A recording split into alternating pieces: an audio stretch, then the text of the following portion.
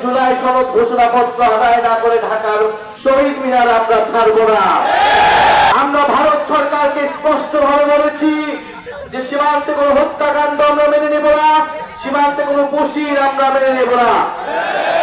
প্রিয় সংগ্রামী বন্ধুগণ, আমরা এও বলেছি পুশিং করতে হলে আওয়ামী লীগের সন্ত্রাসীদের পুশিং করুন, শেখ হাসিনাকে পুশিং করুন। আমরা বিচারের মাধ্যমে শেখ হাসিনা সহ আওয়ামী লীগকে কাঠগড়ায় দাঁড়া করাবো। প্রিয় সংগ্রামী শেরপুরবাসী, বিচার সংস্কার এবং নতুন সংবিধানের দাবিতে দেশব্যাপী জুলাই পদযাত্রা হচ্ছে। জুলাই গণ অভ্যুত্থানের 1 বছরের মধ্যেও আমরা এখনো দৃশ্যমান বিচার দেখিনি। আওয়ামী লীগের দোসররা বিভিন্ন জায়গায় রয়ে গিয়েছে, প্রশাসনে ঘাটতি মেরে বসিয়ে রয়েছে।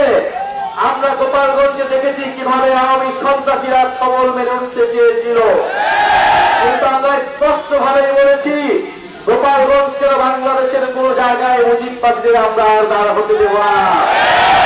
যারা এখনো প্রশাসনে পুলিশে আওয়ামী লীগের দোসর হিসেবে কাজ করছে, আওয়ামী লীগের সন্ত্রাসীদের, আওয়ামী লীগের এমপিদেরকে প্রশ্রয় দিচ্ছে, তাদের বিরুদ্ধে দুর্বার আন্দোলন গড়ে তুলতে হবে। প্রিয় সংগ্রামী শেরপুরবাসী, আমরা জানি এই শেরপুর জীববৈচিত্র্যময় এলাকা। এই শেরপুর প্রতি বছর বন্যায়, পাহাড়ি ঢলে বন্যার কারণে শেরপুরের মানুষ দুঃখ দুর্দশাগ্রস্ত হয়। এই শেরপুরে প্রাকৃতিক ভাবে বা বন রয়েছে, সেই বন উজাড় করার কারণে, খাদ্য সংকটের কারণে হাতি লোকালয়ে চলে আসে। প্রতি বছর হাতির পদদলিত হয়ে বিভিন্ন মানুষ মারা যাচ্ছে। আমাদের শেরপুরে হাসপাতাল থাকলেও চিকিৎসা সেবা নাই, ডক্টর নাই। আমাদের এখানে শিক্ষা ব্যবস্থা পর্যাপ্ত নয়, তরুণদের জন্য কর্মসংস্থান নাই। শেখ হাসিনা বাংলাদেশকে বিগত আমলে, আপনারা হয়তো শেখ হাসিনা 30 বছর এই শেরপুর শাসন করেছে আওয়ামী লীগ, কিন্তু শেরপুর প্রকৃত উন্নয়ন পায় নাই। উন্নয়ন পেয়েছে শুধুমাত্র সে আওয়ামী দোসরেরা, সে আওয়ামী সন্ত্রাসীরা, যারা দেশের টাকা লুট করে এখনো বিদেশে পলাতক অবস্থায় আছে।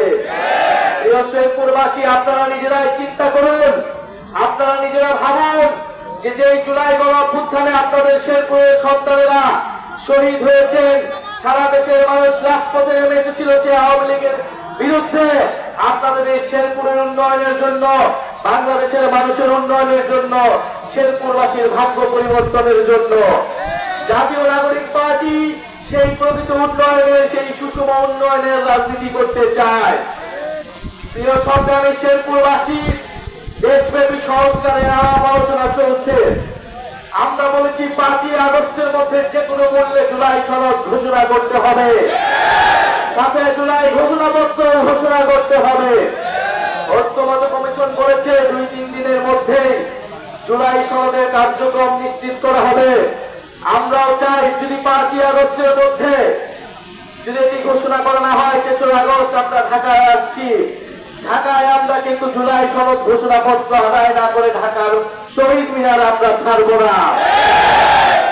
জুলাই সনদে আমরা বলেছি যে কারণে একটি স্বৈরাচারী রাষ্ট্র ব্যবস্থা তৈরি হলো, সেই রাষ্ট্রের সংস্কার করতে হবে, গণতন্ত্র প্রতিষ্ঠা করতে হবে। এক ব্যক্তি কেন্দ্রিক রাষ্ট্র রাখা যাবে না। একটা রাষ্ট্রে শুধু প্রধানমন্ত্রীর কাছেই ক্ষমতা, সেই রাষ্ট্র আমরা পরিবর্তন চাই। এই জন্য আমরা বলেছি উচ্চকক্ষ লাগবে, এবং এই উচ্চকক্ষ অবশ্যই পিআর পদ্ধতিতেই হতে হবে। উচ্চকক্ষ পিআর পদ্ধতির মাধ্যমে আমরা এই জুলাই সনদে স্বাক্ষর করতে পারি।